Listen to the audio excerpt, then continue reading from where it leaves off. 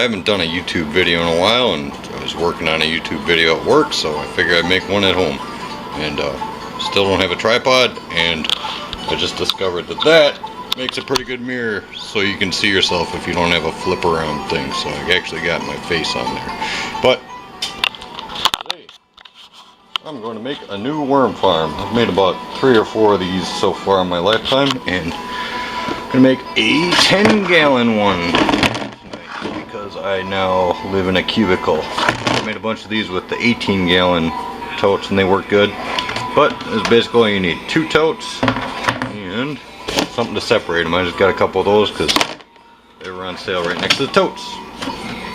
These little guys already have some ventilation holes in it, but you need to add some drainage holes in the bottom. I've got my trusty old-fashioned Ryobi with the new-fashioned battery on it. They work together, so you just start popping some holes. It's hard to do one-handed, so you can do it with 2. That's about the size drill bit I used. I didn't even use that. Little, a small one.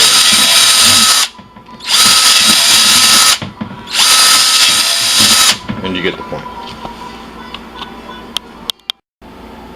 And you put about that many holes precisely in it, and then you take your lid, you put some ventilation holes in the top, and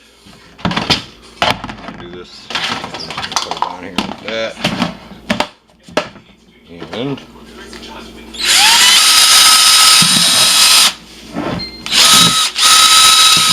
some holes in it. Worm's gotta breathe. And you get the point on that too.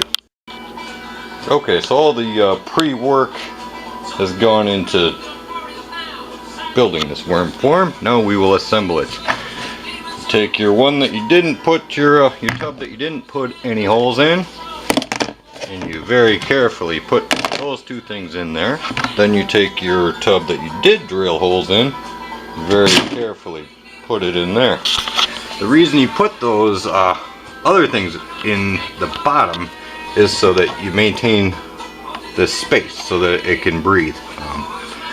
This thing is going to get moisture and it's going to get wet from putting rotten produce and whatnot in there. The worms don't like it too wet, so excess water will drain out of there into there, and you can dump that out or use that for some sort of worm tea if you want in the future.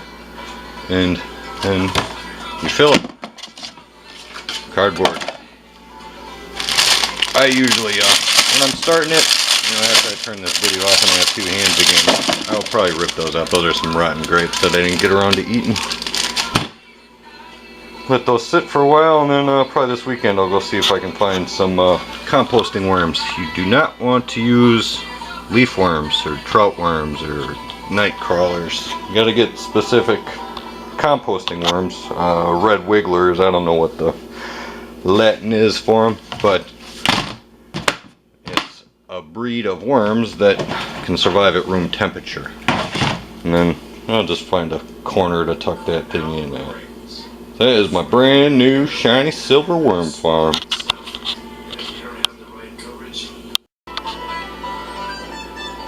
Alright, so I tore up the cardboard, and then I went in the fridge and grabbed some of the poo from my bait worms. I know you're not supposed to use the trout worms, like I said, but I just put a little bit of the dirt in there so that some of the bacteria start growing, because that's actually what the worms eat.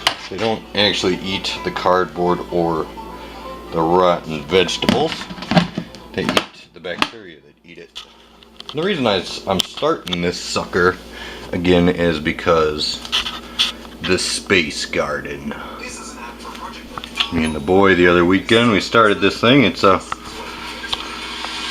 6-gallon carboy that I used for brewing 1 batch of wine 6 years ago and have not used it again, so it's just been collecting dust. So this will be a future video all about the space bottle garden.